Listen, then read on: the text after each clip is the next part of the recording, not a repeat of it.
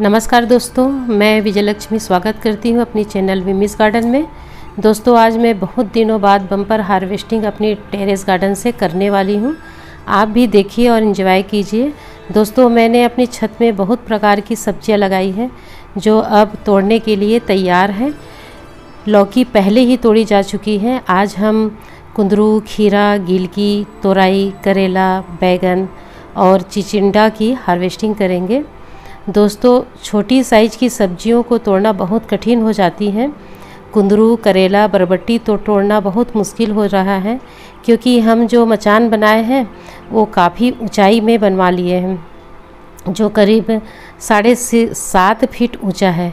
इसलिए किसी के ऊपर खड़े होकर तोड़ना पड़ता है। पहले समझ नहीं आया था। धीरे से अनुभव और परेशानी होने पर समझ आया कि जिसे अब बदला नहीं जा सकता है, क्योंकि हम परमानेंट मचान बनवा लिए हैं। इसलिए आप भी अगर मचान बनाने की सोच रहे हैं तो 6 या 6.5 फीट से ज़्यादा ऊंचाई ना बनाएं, ताकि हाथ ऊपर करे और सभी छोटी बड़ी सब्जियों को आसानी से तोड़ा जा सके। दोस्तों, क्या आपको भी बागवानी का शौक़ है? अगर घर में जगह न होने के कारण आप इस शौक़ को पूरा नहीं कर पा रहे हैं, तो आप भी मेरी तरह घर की छत पर सब्जियों की बम्पर पैदावार करके इस शौक़ को पूरा कर सकते हैं। घर पर उगी ताज़ी सब्जियां खाने का अगर आपके घर में अधिक जगह नहीं है, तब भी आप सब्जियां उगा सकते हैं। घर की छत पर आप आसानी से कई तरह की सब्जियां उगा सकते हैं। आप गमलों में किसी भी तरह की सब्जियां लगा सकते हैं, लेकिन गमला या ग्रो बैग हमेशा बड़े और गहरे चुनें, तभी सब्जी की पैदावार बहुत अच्छी होगी। प्लास्टिक के गमलों से बचना चाहिए। प्लास्टिक वाले गमले जल्दी गर्म हो जाते हैं, जिसके कारण सब्जियों की क्वालिटी पर फ़र्क पड़ता है। आप अपनी छत पर सभी सीजन की हर प्रकार की सब्जियां लगा सकते हैं, जैसे टमाटर, मिर्च, मूली, बीन्स, आलू, प्याज, चुकंदर, लहसुन, बैगन, भिंडी, सभी बेल वर्गीय सब्जियां और सभी प्रकार की लीफी वेजिटेबल जैसी सब्जियां उगा सकते हैं। दोस्तों, अगर आप ज़्यादा से ज़्यादा सब्जियां उगाना चाहते हैं और एक स्टाइलिश वेजिटेबल गार्डन चाहते हैं, तो आपको गमले की जगह रेंज बेड मतलब बड़ी क्यारी बनाकर सब्जियां उगानी चाहिए। दोस्तों, बाज़ार की सब्जियों में कई प्रकार के पेस्टिसाइड्स और केमिकल होते हैं, जो हमारे स्वास्थ्य के लिए बेहद ख़राब हो जाते हैं। घर की बगिया का सहारा लेकर हम इन केमिकल से बच सकते हैं।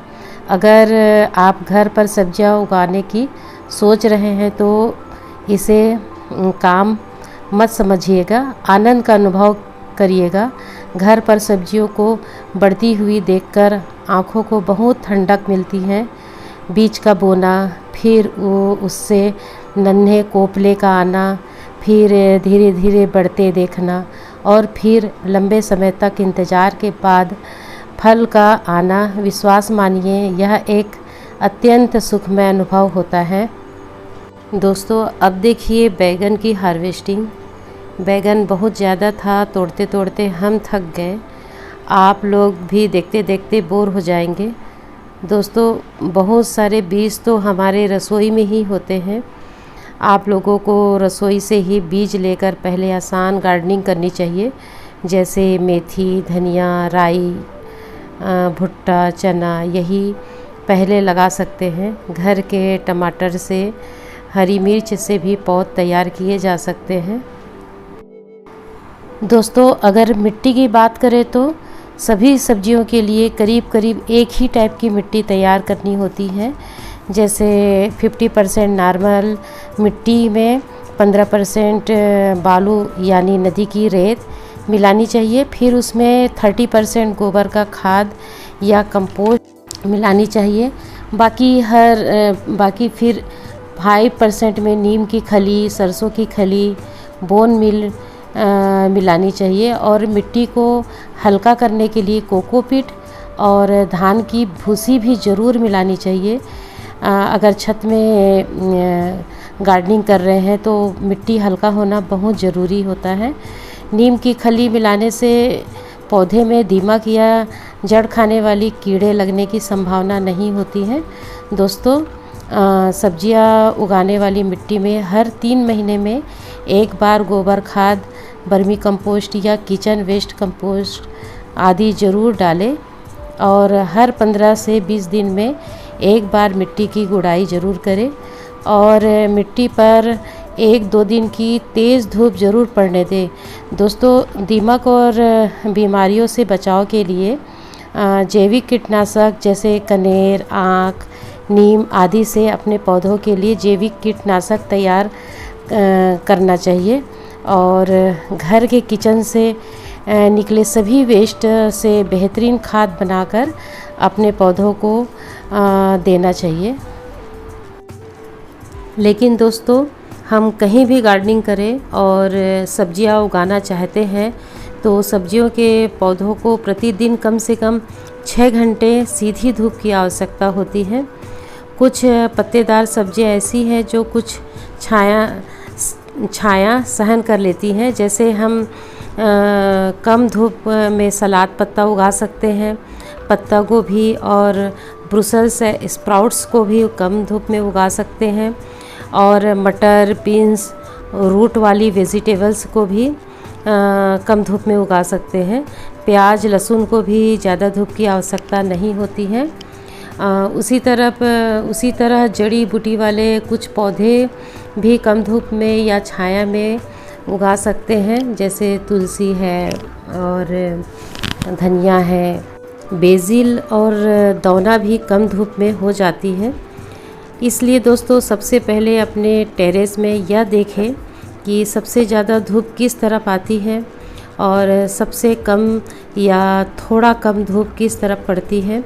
उसी तरह से ही अपने गार्डन का सेटअप करें ताकि अधिक धूप की तरफ सब्जियों वाली क्यारी बनाएं और बड़े साइज के ग्रो बैग्स को रखें और कम धूप की तरफ लीफी वेजिटेबल के लिए कम ऊंचाई वाली क्यारी या ग्रो बैग्स और छोटी साइज के ग्रो बैग का सेटअप कर सके।